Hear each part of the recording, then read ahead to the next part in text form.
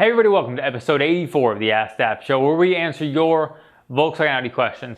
On this episode, we talk about retrofitting blind spot monitoring, how long to wait before modding, and finding a dealer in North Jersey.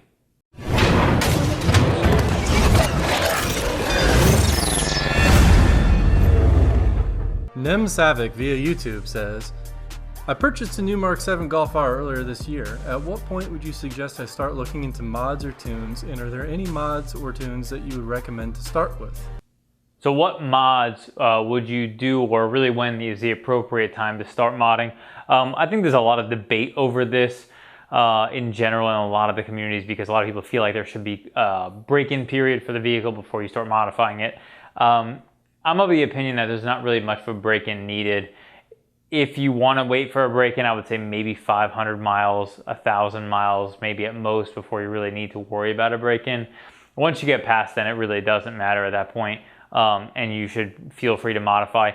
As far as what mods to do, always a tune is going to be the best one to for any turbo vehicle, especially obviously a MK7 Golf R. I'll link to the Unitronic article we have explaining kind of Golf R tuning here, where you can check that out.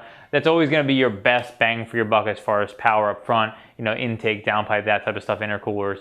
That stuff can follow later, but you're never going to get as good of a bang for your buck as you will when you do your tune at first. So that would be the best place to start, and happy modding. RC Toys via VW Vortex says, so now that I have an APR Stage 2 and still have not made my first payment, I called the dealer to cancel my extended warranty. I paid nearly $3,000 for it and extends the warranty to 100,000 miles or 7 years. When I fist called a couple weeks ago to discuss it with the finance guy, he swore the tune will still be covered. After he did his homework, he discovered it was not. He is looking into another company that will cover modded cars. I'm sure he will also strike out there as well. I have 3 years factory warranty to cover all but the engine, drivetrain, etc. And I've found with my other cars that if something will break, it's usually within the first 3 years. Also, I wonder what, if any, damage they will do when they hook up the ECU to the equipment. Can they erase the tune, accidentally change stuff? I decided to be upfront and let them know about the tune. If it ever blows up, here comes stage 3. All right, let me start with the topics about changing stuff and stuff like that first, then we'll get into the other parts of it. When it comes to a tuned vehicle, if you bring your car into the dealership, are they going to change it or mistakenly overwrite it?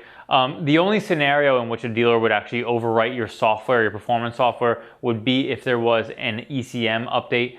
Sometimes there would either be a tech bulletin out if you were having a specific problem that they would have an update on, or sometimes they would just have an open bulletin that's supposed to run if they see your vehicle that has XYZ parameters, and it would flag your VIN when they run it to say this vehicle needs an ECM update, at which point they're going to perform that update as they're supposed to, and it's going to blow out your software. Usually what you would end up having to do is just, if you, let's say for example, you came to us for software, we would just be able to put the software back in the vehicle. It doesn't do any damage or anything, and it's something that can be done. As far as changing parameters, there is no adjustability. Dealers do not have any adjustability of any kind for changing parameters or settings within an engine control module, outside of basically coding it, making it talk to the vehicle properly. That's pretty much it.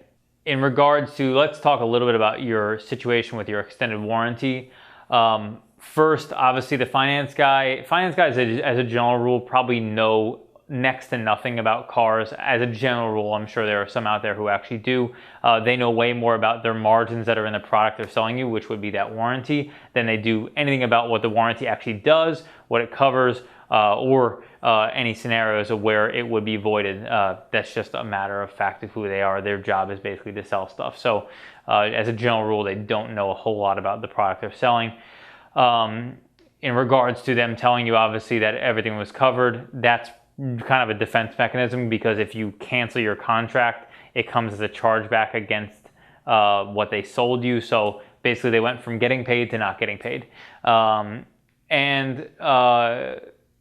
In regards to warranty coverage around extended warranties, this is kind of a tough scenario and hard to really cover completely. And I think I've talked about this in the past, but essentially extended warranties are third-party vendors.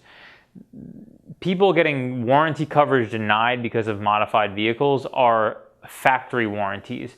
And that's because the factory warranty has a system that communicates directly with your vehicle, and they have the support system that actually does flag the ECU. Dealers don't actually intentionally go out and flag ECUs. They can if they really are looking to, but the people who actually flag the ECUs as a general rule are Volkswagen themselves. And in which case, obviously, them being out of the loop in a third-party repair means that it's very unlikely, unless the dealer is really trying to get your stuff not covered, that you're going to have any coverage issues around extended warranties. That's obviously not an always situation, but as a general rule, that's often going to be the scenario. So to me, most extended warranties are going to be safe under those circumstances, even if you are modified or not. Actually, your factory warranty is a lot more vulnerable than the extended one you paid for. So that's just my 2 cents on it, and hopefully that helps you in making the best decision for yourself. Temperate Chicken via YouTube says, does the DAP versions need any coding at all for models that didn't option the DAP, or is the blind spot monitor just a standalone unit? Okay, so this question was asked on our recent video we did on how to install the power folding mirrors on Mark 7s, which I will link to here, where you can check that out, as well as the power folding mirrors for Mark 7s in the description below. But in that video, a lot of people asked about, I mentioned that the blind spot monitoring mirrors were also available. There's 2 different versions, one's with them, one's without them. And people are looking to basically retrofit blind spot monitoring. Blind spot monitoring is part of the driver's assistance package, or people call it DAP, ironically overlaps with our name. DAP, driver's assistance package, is a multitude of things, including radar, blind spot monitoring, and parking sensors. That is all kind of one package. And to get the blind spot monitoring on a vehicle, you actually have to have the sensors in your rear bumper that are radar sensors to determine if there is anybody in the blind spot area of the vehicle. Obviously, to retrofit that, you would need not just blind spot monitoring mirrors, radar sensors, and then the ability to make all that stuff talk together, wiring, blah, blah, blah, all that stuff, which makes retrofitting that essentially impossible in any cost-effective way. You're probably better off buying a new car, selling your car, buying a new one, than trying to retrofit something as expensive as that system, because getting that all talking together is going to be super complicated and custom, and pretty much only super advanced people are going to have this shot at trying to retrofit a system like that, and even for them it just doesn't make any sense. So hopefully that answers your question about retrofitting blind spot monitoring. H11Boy817 via YouTube says, speaking of dealers from Jersey, do you know about Crestmont, Jack Daniels, or Joe Heidt? And if so, which would you go to for service? Okay, so this question was asked on a video that I actually shot, partially defending dealers, partially saying not so great things about dealers, and I specifically mentioned dealers in the tri-state area tend to not be that great in general. I can tell you that Crestmont, I actually worked at Crestmont. That's actually where I got my start. I worked at Crestmont in 2001, shows my age a little bit there. And I actually know a few people who still work there. Nobody who I would say is on the customer facing side, I don't believe, as far as I recall. I do know a tech pretty well who's a friend of mine who I still communicate with every now and again. But as a general rule, I can't say I know anybody there.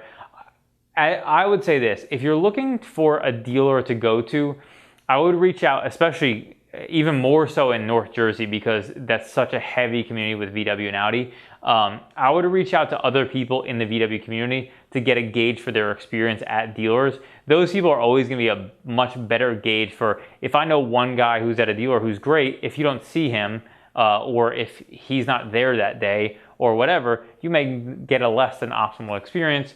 Whereas if you find the general consensus from your community, I think that's a much better choice as a way to find a viable dealer in your area. So that would always be my recommendation, is reach out to the Volkswagen either groups or go to a get-together and hang out with some of those people there, and they'll probably have a good gauge as to dealers. And there's a decent chance, and especially there, that some of the people at the get-together actually work at a dealer. So If that's the case, obviously that gives you a good path to build a relationship with those people. So hopefully that helps answer your question about dealers, and hopefully you can find a good dealer to help take care of you. Thanks so much for watching episode 84 of the Askdap Show, where we answer your Volkswagen Audi questions. If you have any questions or comments about the questions answered in this show, be sure to leave in the comments below. If you like this video, be sure to give it a thumbs up and subscribe for more like it.